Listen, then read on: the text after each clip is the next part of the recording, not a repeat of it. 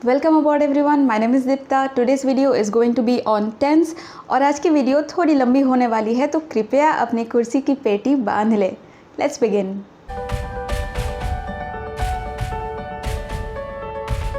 तो टेंस क्या है?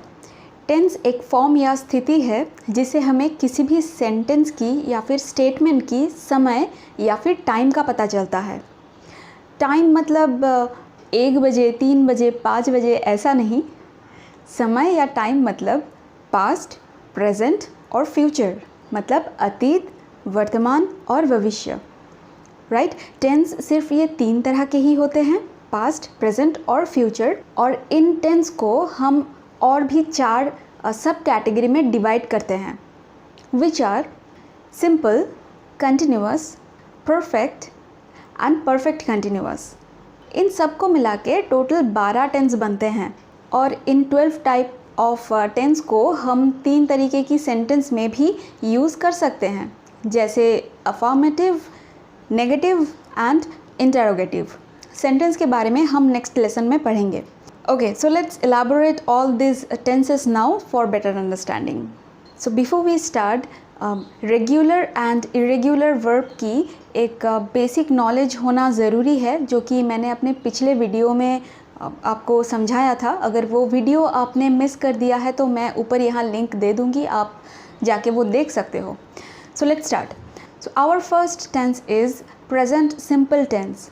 प्रेजेंट सिंपल टेंस की फॉर्मूला क्या है? सब्जेक्ट प्लस वर्ब की प्रेजेंट फॉर्म, इसे V1 फॉर्म भी कहा जाता है। For an example, I make educational videos every week, या फिर Riya works as a nurse.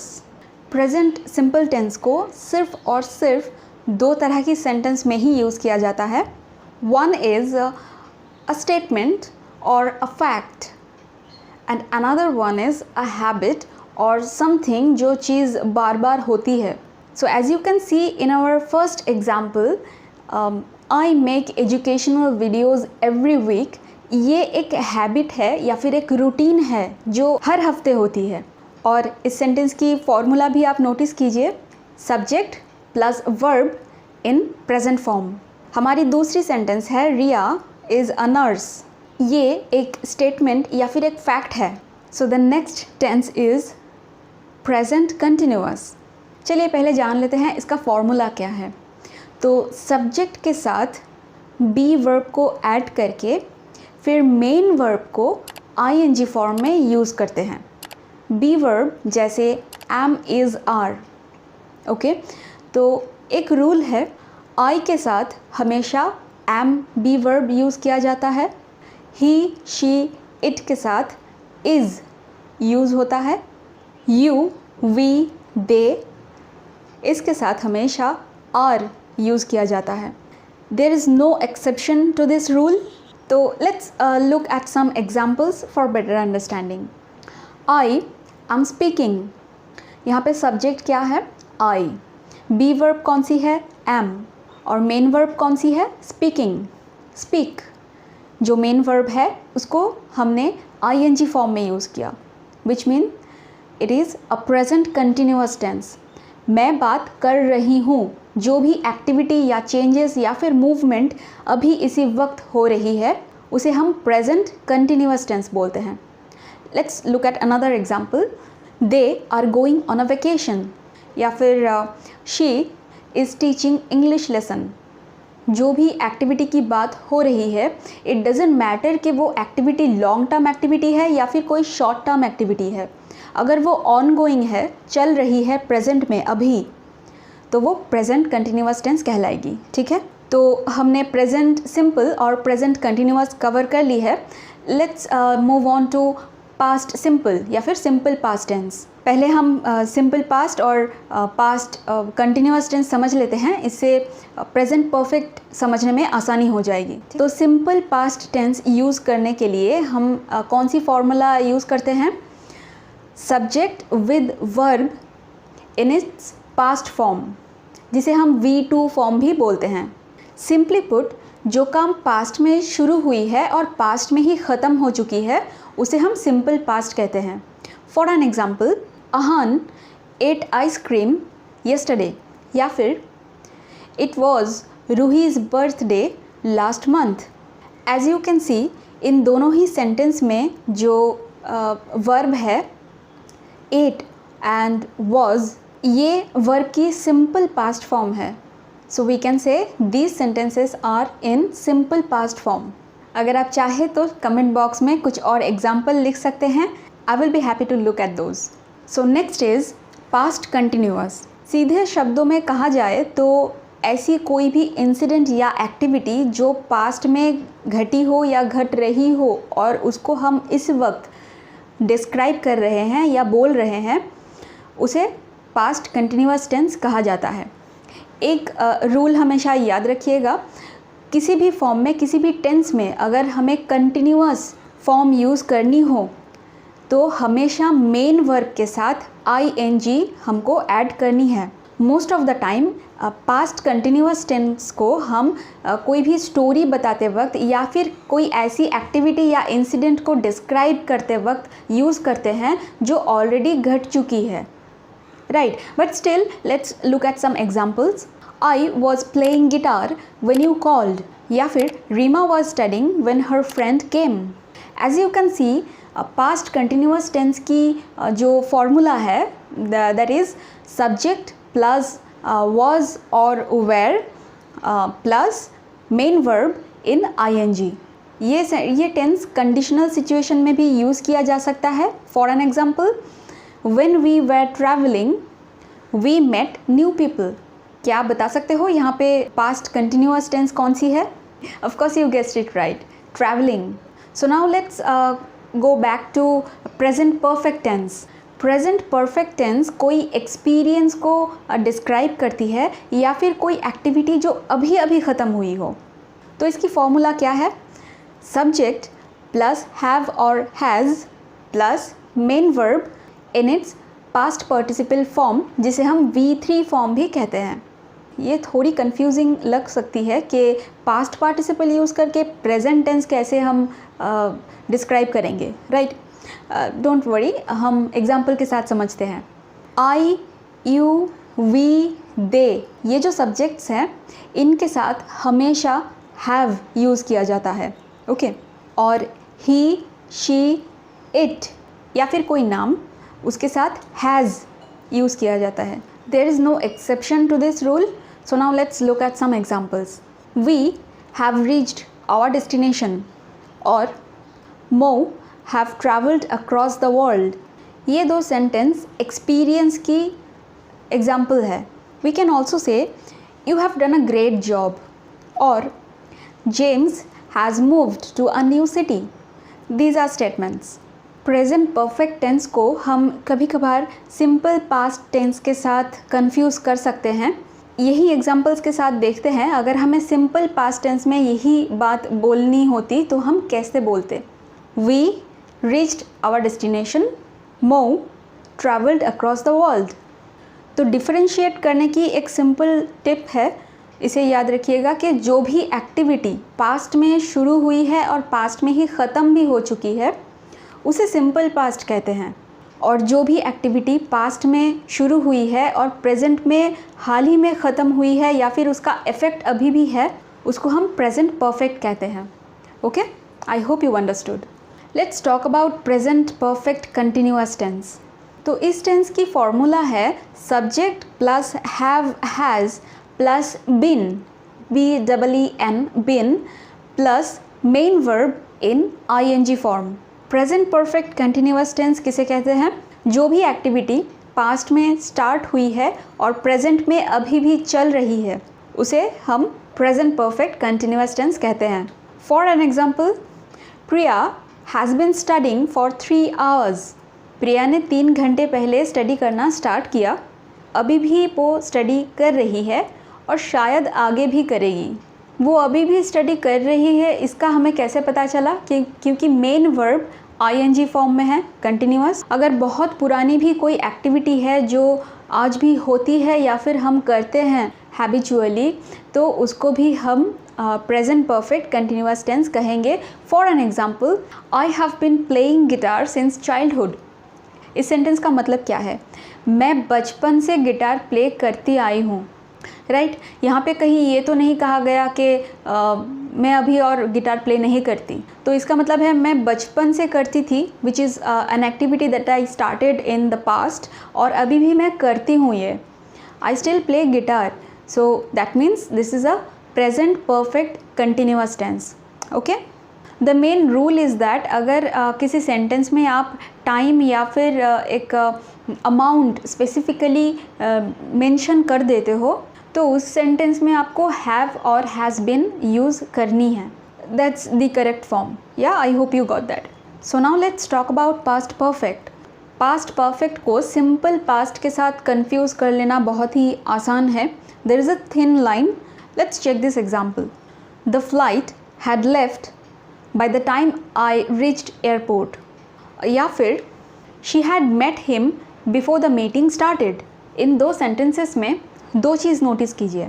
First, इन दोनों ही सेंटेंस में जो वर्ब है, दो वर्ब्स हैं एक्चुअली, दोनों ही पास्ट टेंस में यूज़ किया गया है। And the second thing is, यहाँ पे दो एक्टिविटी की बात की गई है। जो मेन एक्टिविटी है वो होने से पहले ही जो सेकेंडरी एक्टिविटी है वो ख़त्म हो चुकी है। सबसे पहले पास्ट परफेक्ट टेंस की फॉर्मूला जान लेते हैं। Subject plus had plus verb in its past participle form, इसको हम V3 फॉर्म भी बोलते हैं। Let's look at some other examples as well. I had not eaten at the restaurant before today, या फिर had you completed the task before he arrived, और maybe it had happened so quickly that I did not notice. I want you guys to write down one more example in the comment box. So I hope I still have your attention. Let's recap. अभी तक हमने क्या क्या सीखा? Present simple, present continuous, past simple, past continuous, present perfect continuous, past perfect और past perfect continuous. चलिए, तो अभी सिर्फ फ्यूचर टेंस और उसके एस्पेक्ट्स के बारे में जानना बाकी है। Let's move. फ्यूचर में कोई भी एक्टिविटी करने की अगर हम सोच रहे हैं या फिर डिसीजन ले लिया है कि वो काम करनी है हमें इन फ्यूचर, तो उसको हम सिंपल फ्यूचर टेंस कहते हैं।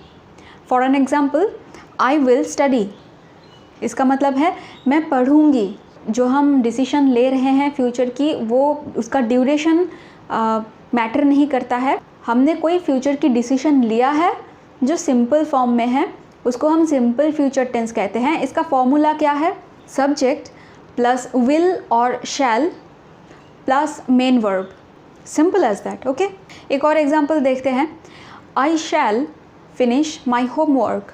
इन दोनों ही सेंटेंस से ये पता चल रही है कि हमने अभी एक डिसीजन लिया है जो हम फ्यूचर में करेंगे। This is called simple future tense.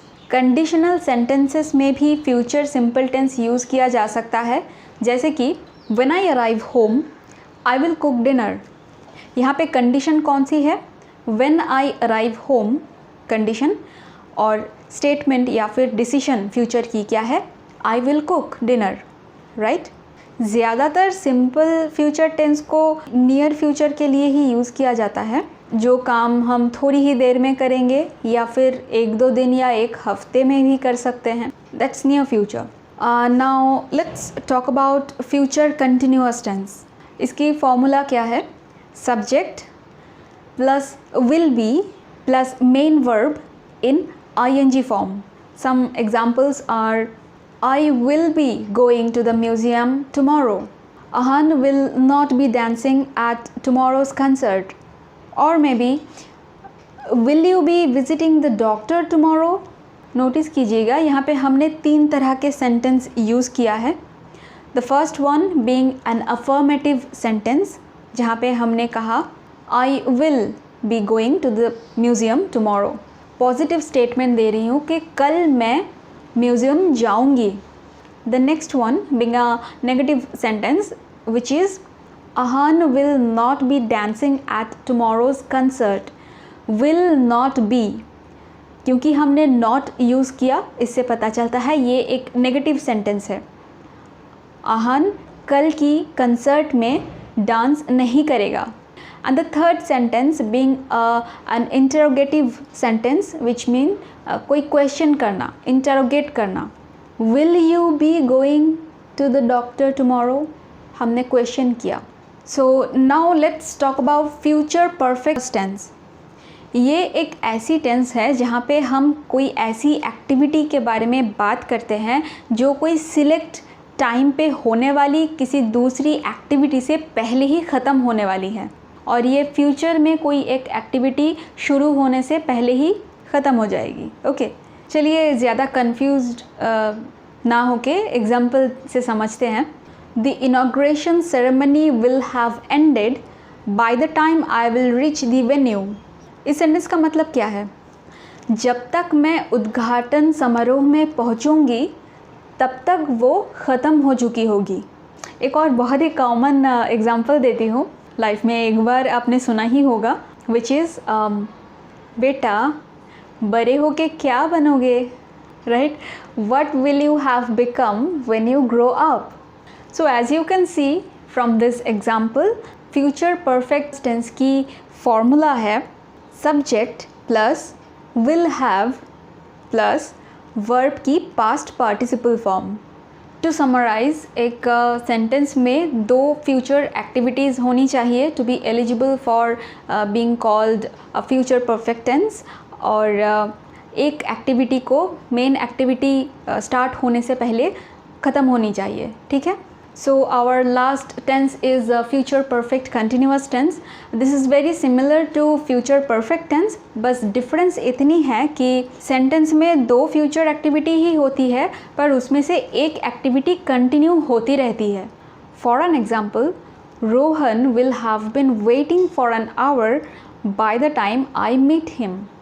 जब तक मैं रोहन से मिलूँगी तब तक वो 1 घंटे से वेट कर रहा होगा. मतलब आई एम नॉट कन्फर्म कि 1 घंटे से ज़्यादा भी हो सकती है वेटिंग टाइम, पर जब मैं उससे मिलूँगी, this is an activity that ends जब मैं मिलूँगी.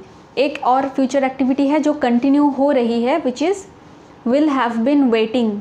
शायद उसे इससे भी ज़्यादा वेट करनी पड़े. Let's look at another example. By December, John will have been visiting his dream destination. ये अगस्त मंथ है. हम आज ये बात बोल रहे हैं कि दिसंबर तक जॉन अपने सपनों की जगह में पहुंच जाएगा. These last two tenses are really confusing, I admit, but practice करते करते वो आसान हो जाती है.